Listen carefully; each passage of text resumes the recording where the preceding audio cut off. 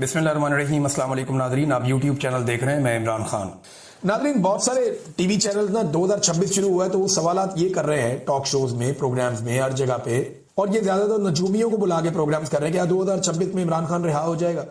एक तो नजूमियों बेचारों को बिल्कुल ही मायूस कर दिया गया है और बाउंड कर दिया गया है कि तुम में से किसी ने इमरान खान के बारे में कोई उम्मीद वाली ज्यादा बात नहीं करनी। जो भी बात करना चाहता है आसिम मुनीर साहब की गेम चुपको, शहबाज शरीफ और उसकी जो हुकूमत है उसको ऊपर उठाओ और ये बताओ कि जनाब मुल्क बहुत तरक्की कर रहा है और प्रवास कर रहा है और ऊंची प्रवास की तरफ टेक ऑफ करने वाला, तो इस किस्म की बातें तुमने करनी है। तमाम नजूमियों को बाउंड कर दिया गया।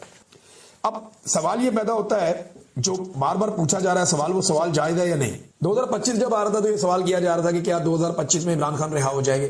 2026 जब आ रहा है तो सवाल किया जा रहा है कि क्या 2026 में इमरान खान रिहा हो जाएंगे। सवाल ये होना चाहिए कि क्या 2025 में या 2026 में फौज सियासत में किरदार अदा करना बंद कर देगी, क्या अदलिया पे और मीडिया पे दबाव डालना बंद कर दिया जाएगा। सवाल तो ये होना चाहिए। 2025 भी इमरान खान का था, सब जानते हैं। 2024 में तो इमरान खान ने क्लीन स्वीप किया पाकिस्तान के इलेक्शन में, और अगर इमरान खान की रिहाई का तो सबसे बड़ा इम्कान था जिसका हम सब ने इजहार भी किया तो वो 2024 में था, 26वीं आईनी तरमीम से पहले। इमरान खान साहब की रिहाई का सबसे बड़ा इम्कान आज से 1.5 साल पहले था, क्योंकि देखे ना 2024 का इलेक्शन इमरान खान जीत गए थे, मैंडेट उनका था, चोरी कर लिया गया था, एक इंटरनेशनल और अंदरूनी दबाव था बहुत बड़ा उस वक्त हुकूमत के ऊपर। डोनाल्ड ट्रंप के साथ इनकी गुड्डी भी नहीं चढ़ी थी, तो वो हालात जो है वो सबसे ज्यादा मुवाफिक थे और अदालत भी कुछ हद तक आजाद थी। तो ये उम्मीद की जा रही थी कि 2024 के इख्तिताम तक इमरान खान साहब रिहा हो जाएंगे, और ये बाहर दिखाई भी दे रहा था। बहुत सारे जर्नलिस्ट, बहुत सारे वकला ये बात कर रहे थे, बल्कि तारीखें दे रहे थे, और हम ये खबरें भी आपको बता रहे थे, फलां ये कह रहा है, फलां ये कह रहा है, फलां ने ये दावा किया है। लेकिन जब 2024 में ये नहीं हुआ और 26वीं आईनी तरमीम आ गई तो उसके बाद मामला इमरान खान साहब ने कहा कि सड़कों पे ही हल होगा अब, और आज भी यही सूरत हाल। अवाम ही फैसला करेगी। जब तक अवाम लाठी अपने हाथ में नहीं थाम लेती तब तक ये भैंस अवाम के कंट्रोल में नहीं आएगी। जिसकी लाठी उसकी भैंस, सादा सा बात। अब 2025 भी इमरान खान का था, यानी इमरान खान का साल रहा। पूरे साल में इमरान खान डिस्कस हुआ। 2026 के पहले दिन सबसे ज्यादा इमरान खान डिस्कस हुआ। आप इंटरनेट पे सर्च कर लें, आप हर जगह पे जाकर देख लें कि पाकिस्तान में सबसे ज्यादा डिस्कस कौन होता है, सबसे ज्यादा सर्च कौन होता है, इमरान खान होता है। आपको नजर आ जाएगा, आपको सारे बता देंगे कि इमरान खान क्या है और कितनी ज्यादा उसकी मकबूलियत है। लिहाजा 2026 भी बजाय ऐसा लगता है कि इमरान खान बाहर आए या ना आए ये ज्यादा इंपॉर्टेंट नहीं है। ज्यादा इंपॉर्टेंट ये है कि क्या इमरान खान को डील करेंगे, वो तो कहते हैं मैं नहीं करूंगा। दूसरा, क्या इमरान खान इररेलेवेंट हो जाएगा, वो तो 2025 में भी कह रहे थे, नहीं हो पाया। आसिम मुनीर साहब के 3 साल नौकरी के गुजर गए, उन्होंने फिर एक्सटेंशन ले ली। जो अपने पहले 3 साल में वो इमरान खान को इररेलेवेंट नहीं कर पाए, तो ये अगले जो उन्होंने इस एक्सटेंशन के साल लिए उसमें वो क्या इररेलेवेंट करेंगे, वो नहीं हो पाएगा। इमरान खान रेलिवेंट ही रहेगा। और देखें अब ये हुकूमत कर क्या रही है। ये हुकूमत ये कर रही है कि फौरी तौर पे इन्होंने तमाम तरक्याती मंसूबे रोक दिए। जब ये इक्तदार में आए ना 2023 में, इन्होंने तरक्याती मंसूबे रोक दिए थे। 2024 में इन्हें दोबारा इक्तदार मिला, इन्होंने फिर तरक्याती मंसूबे रोक दिए।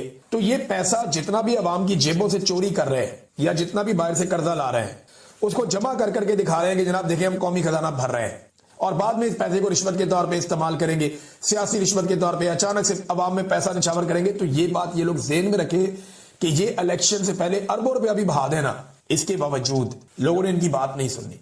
क्योंकि अब पाकिस्तान में जो इलेक्शन है, मैं साफ बात आपसे करूंगा, आपको ठीक लगे या गलत लगे, ये अब इंतखाबात जो आने वाले हैं ना, इनका कोई ताल्लुक कारकर्दगी से, रुपए पैसे से या आदादो शुमार पे नहीं है। ये कुछ उसूलों के ऊपर इंतखाबात होंगे। कौम ने इमरान खान को फिलहाल अपनी जिद बना लिया है और इमरान खान की मकबूलियत का तोती बोलता है। तो सबसे बड़ा इवेंट होने जा रहा है अब तक जो दिखाई दे रहा है। एक तो स्ट्रीट मूवमेंट में पाकिस्तान तहरीक इंसाफ कोशिशें कर रही है, वो जोर लगा रहे हैं कि कुछ ना कुछ करके जो स्ट्रीट मूवमेंट है वो मोमेंटम पकड़े, और इसके लिए मुख्तलिफ इलाकों में, खैबर पख्तूनख्वा में, बलूचिस्तान में, सिंध में मूवमेंट हो रही है।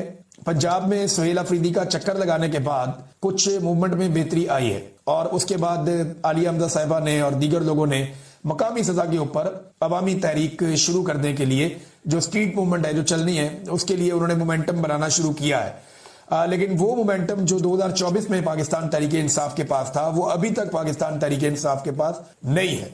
जो मौका उस वक्त अली अमीन गंडापुर साहब को मिला था उसका आधा मौका भी अभी सुहेल अफरीदी साहब को नहीं मिला। लेकिन जिस हिसाब से ये मोमेंटम आगे बढ़ रहा है ये बढ़ता जाएगा। खासतौर पे मज़ार कायद पे जो एक बड़ा प्रोग्राम करने का पाकिस्तान तहरीक इंसाफ फैसला कर रही है कि मज़ार कायद पे हाजिरी देंगे सुहेल अफरीदी साहब। अगर सिंध की हुकूमत ने रोड़े ना अटकाए तो 11 तारीख को एतवार वाले दिन मज़ार कायद पे बहुत बड़ी तादाद में लोग पहुंच सकते हैं, और इतनी बड़ी तादाद में लोग अगर वहां पे इकट्ठे हो गए तो पूरा एक जलसे का समा हो जाएगा।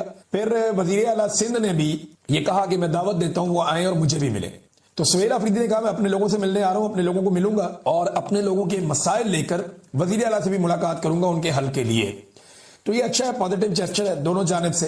ये मुलाकात भी होनी चाहिए, दीगर मुलाकातें भी होनी चाहिए। एंड ऑफ द डे आप जितना मर्जी लड़े, जो मर्जी करें, आपको टेबल पे बैठ के मसला हल करना पड़ता है। और मसला है क्या? मसला है मैंडेट चोरी का, मसला है पाकिस्तान में जाली मुकदमात का, मसला है एस्टेब्लिशमेंट की लगातार और बेजा सियासत के अंदर और दीगर इंतजामी मामलात के अंदर मुदाखलत का। ये मसला अगर बैठ के सियासतदान और एस्टेब्लिशमेंट हल कर ले तो पाकिस्तान में बहुत पोटेंशियल है, पाकिस्तान बहुत तेजी से आगे बढ़ सकता है। अब हुकूमत ने एक जाली आदादोशुमार का एक डाटा जारी कर दिया है और इसमें मुल्की मुआशी तरक्की दिखा रहे हैं, जीडीपी की ग्रोथ दिखा रहे हैं, ज़रूरी पैदावार कह रहे हैं बढ़ गई है। हालांकि पाकिस्तान में इतना बदतरीन सैलाब आया, सारे किसान कह रहे हैं हमारी तो फसलें ही तबाह हो गई। इनकी ज़रूरी पैदावार कहाँ बढ़ गई? किसी और मुल्क में बढ़ गई है। कहते हैं जी सनती पैदावार बढ़ गई है। पाकिस्तान के जितने बड़े बड़े सनती यूनिट हैं उनमें से 200 के करीब बंद हो चुके हैं। मल्टीनेशनल कंपनियां पाकिस्तान छोड़ के जा रही है, ये कह रहे हैं सनती पैदावार बढ़ गई है। सनती पैदावार कैसे बढ़ सकती है? डेटा जो आ रहा है वो ये बता रहा है लगातार कि पाकिस्तान का जो तजारती खसारा है वो बढ़ रहा है। ये कहते हैं नहीं जी हमारा खसारा कम हो रहा है। अच्छा, जितने भी मईशतदार है ना वो सर पकड़ के बैठ गए कि हुकूमती आदादोशुमार जो हुकूमत जारी कर रही है जाली, ये डाटा जो है ये काबिल फहम ही नहीं है। यानी कोई दिमाग वाला आदमी उसको समझ ही नहीं आती कि ये डाटा कुछ और दिखा रहे हैं, मार्केट के हालात कुछ और है, पाकिस्तान किसी और तरफ जा रहा है, इनका डाटा पाकिस्तान को कुछ और दिखा रहा है। ये इसहाक डार साहब की, शहबाज शरीफ साहब की, नून लीग की ये पुरानी खामी है और ये इनकी पुरानी एक खामी है। अपने आप को ये क्वालिटी समझते हैं कि ये जाली डाटा जारी कर देते हैं। इस तरह की हरकतों और जाल साजियों की वजह से माजी में इनके खिलाफ जो है वो काफी आलमी सतह पे भी आवाजें उठ चुकी है। मुझे लगता है ये दोबारा फंस जाएंगे, जाली डाटा दे दे के दोबारा ये वही हरकत करेंगे। कैसर बंगाली साहब जो हैं वो बड़े सीनियर एनालिस्ट हैं, हुकूमतों के अंदर रहे हैं, तर्जुमान रहे हैं, बहुत सारी बातें वो यानी जो इकोनॉमिस्ट है ना बड़े बड़े पाकिस्तान के, उनमें से एक कैसर बंगाली साहब है। मैं इनको कई दफा मिला हूं, मैंने इनका इंटरव्यू भी किया है। ये उन चंद लोगों में से है जो पाकिस्तान की इकोनॉमी को डे वन से समझते हैं। एस्टेब्लिशमेंट के लिए बड़े सीरियस चैलेंजेस हैं इसमें, और उनको ये समझना पड़ेगा कि इमरान खान की जिद के अंदर, यानी आसिम मुनीर साहब को जिद है ना मैंने इमरान खान को नहीं छोड़ना, क्योंकि वो आ जाएगा तो मुझे नहीं छोड़ेगा, उनको ये डर लगता है। अब आसिम मुनीर साहब का खौफ, उनकी अना और उनकी जिद, इन चीजों ने पाकिस्तान का बेड़ा गर्क करके रख दिया। एक आदमी की जिद है कि मैंने, सारी फौज जानती है, एक फौजी जानता है, मेरा एक जवान जानता है कि इमरान खान बेगुनाह है। एक फौजी जवान ये बात जानता है कि इमरान खान बेगुनाह है। साइफर कोई जुर्म नहीं था, अपनी बीवी से शादी करना, इद्दत वाला केस, वो कोई जुर्म नहीं था। ये तोशा खाना से कोई तोहफा खरीद लेना, ये कोई जुर्म नहीं था। सारे ही खरीदते हैं, ये जर्नैल भी खरीदते हैं, ये सियासतदान भी खरीदते हैं, सबके पास होते हैं। इमरान खान की बीवी ने भी खरीद लिया, ये कोई जुर्म नहीं था। ये सारे फौजी जानते हैं, मेरा एक जवान, चाहे वो बॉर्डर पे खड़ा हुआ है, चाहे वो इस्लामाबाद में है, चाहे वो जीएचक्यू में है, चाहे वो किसी भी ड्यूटी पे है, चाहे वो किसी बैरक के अंदर है, मेरा एक जवान पाकिस्तान का फौजी ये जानता है कि इमरान खान बेगुनाह है। ये सिर्फ फौज के सरबराह आसिम मुनीर, जो अभी सरबराह इस वक्त, हमेशा तो नहीं रहेगा, आसिम मुनीर की एक जिद और बाद में एक खौफ कि यार पता नहीं मेरे साथ अब क्या होगा, जितना जुल्म मैंने कर दिया है। ये इसकी वजह से इमरान खान जेल में, और कोई वजह नहीं है। और इमरान खान के जेल में होने की कीमत पूरा पाकिस्तान चुका रहा है। ये 25 करोड़ पाकिस्तानी चुका रहे हैं। आज से 4 साल पहले, लगभग 4 साल हो गए हैं, 9 और 10 अप्रैल की रात को रिजीम चेंज ऑपरेशन किया गया। रिजीम चेंज ऑपरेशन के बाद जो हुकूमत बनाई जर्नैलों ने, उस हुकूमत ने पाकिस्तान का त्या पहुंचा कर दिया, पाकिस्तान की मईशत को बर्बाद कर दिया, पाकिस्तान में सरमायाकारी आना बंद हो गई, पाकिस्तान में दहशतगर्दी दोबारा शुरू हो गई, पाकिस्तान के अंदर महंगाई के सारे रिकॉर्ड टूट गए, डॉलर का रेट जो है वो 300 रुपए के करीब चला गया, पेट्रोल की कीमतें आसमान से लग गई, बिजली की कीमतें इनको बढ़ानी पड़ गई, आलमी सतह पर रुसवाई, पाकिस्तान के अंदर रुसवाई, इन्होंने बेड़ा ही गर्क कर दिया हर चीज का 2 सालों में। इस बीच में जनरल बाजवा, जिसने रिजीम चेंज ऑपरेशन किया था इस चक्कर में कि नई आने वाली हुकूमत उसे एक्सटेंशन दे देगी, जनरल बाजवा को जलील और रुसवा होकर फौज से निकलना पड़ा और जनरल बाजवा को एक्सटेंशन नहीं मिली। जनरल बाजवा के बाद जनरल आसिम मुनीर साहब आ गए। अब जनरल आसिम मुनीर के आने के बाद उम्मीद की गई शुरू में कि शायद मामला ठीक हो गए। इमरान खान साहब ने इसकी अप्रूवल भी दी थी उस वक्त, और ये कहा था ठीक है जो फैसला हुकूमत करे वो कर ले, एक नया जर्नैल आया, शायद सियासत में मुदाखलत बंद हो जाए। लेकिन आसिम मुनीर साहब ने पिछले सारे रिकॉर्ड भी तोड़ दिए और फिर यही सारा सिलसिला चलता रहा। अब 2 साल इन्होंने मुल्क को तबाही फेर दी और जुल्म और बर्बरियत की इंतहा कर दी। खास तौर पे 2023 में जनरल आसिम मुनीर के आने के बाद बहुत तबाही फेरी गई। जनरल बाजवा के आखिरी दिनों में इमरान खान साहब को गोली भी लगी, अरशद शरीफ शहीद शहीद भी हो गए। ये सारे वाकयात उस दौर में हो रहे थे और उसके बाद 2 साल की तबाही के बाद इन्होंने इलेक्शन करवा दिया पाकिस्तान में, इमरान खान को जेल में रखते हुए। तो आज से ठीक 2 साल पहले 2024 में 8 फरवरी ही के दिन एक इलेक्शन होता है पाकिस्तान में और पाकिस्तानी जुल्म का बदला वोट से ले लेते हैं। जेल में बैठा हुआ शख्स इनको इलेक्शन हराकर जीत गया और इमरान खान ने झंडे गाड़ दिए पूरे पाकिस्तान में। इन्होंने बड़ा जुल्म किया, इंतखाबी निशान भी नहीं दिया, बंदे उठा के जेलों में डाले, जबरदस्ती अगवा बराए बयान करवाए, बंदे जेलों में जबरी तौर पर लापता, गुमशुदा, सहाफियों को उठा लिया,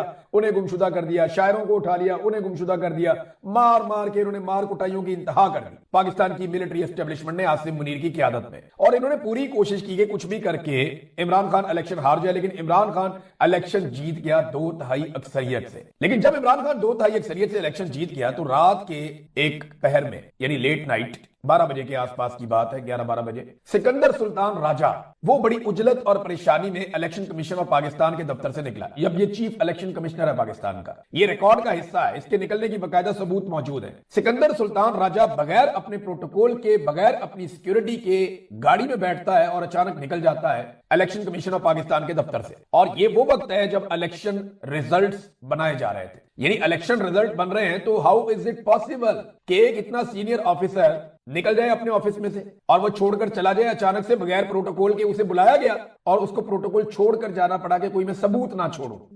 फिर जब दफ्तर के अमले से पूछा गया, मुख्तलिफ लोगों से सहाफियों ने राब्ता करना शुरू किया कि जनाब ये सिकंदर सुल्तान राजा साहब गायब किधर हो गए हैं, चीफ इलेक्शन कमिश्नर।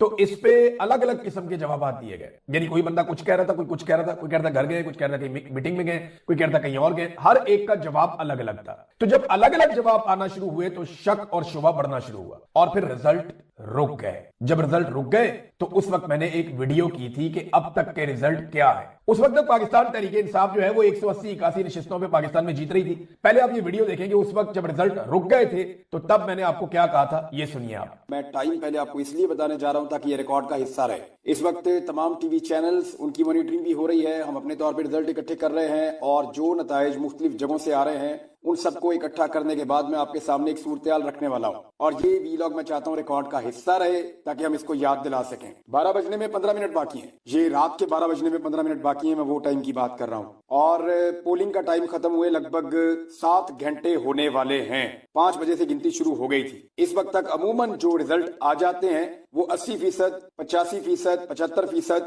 इसके बीच में नताइज आ चुके होते हैं, लेकिन अभी तक नताइज जो हैं वो सुस्त रवि का शिकार हैं और उसकी वजह यह है कि पाकिस्तान तहरीके इंसाफ ने एकदम पूरे पाकिस्तान में हैरान कुन नताइज दिखाए हैं। तो नाज़रीन ये वीडियो आपने सुनी, ये 8 फरवरी 2024 की रात को मैंने बनाई थी और मैंने ये इसीलिए बनाई थी कि सारे गवाह रहे कि इस वक्त पाकिस्तान के टीवी चैनल्स पे और तमाम तरफ से आने वाले जो रिजल्ट्स हैं उनके मुताबिक पाकिस्तान तहरीके इंसाफ इतनी सीटों पे जीत रही है। फिर डकैती का अमल शुरू हुआ। अवामी मैंडेट पर मुल्क की तारीख की सबसे बड़ी डकैती उस वक्त की एस्टेब्लिशमेंट ने डालना शुरू की और पाकिस्तान तहरीके इंसाफ की नशिस्तें आधी कर दी, यानी जितनी सीटों पे वो जीते थे उनसे आधी नशिस्तें छीन कर मुस्लिम लीग नून को देना शुरू कर दी। और फिर फॉर्म 47 वाला ड्रामा शुरू हुआ। यही फॉर्म नवाज शरीफ को दिया गया, ख्वाजा आसिफ को दिया गया, ओन चौधरी को दिया, बेशुमार लोगों को, सारे शरीफ खानदान के पास यही वाला फॉर्म है।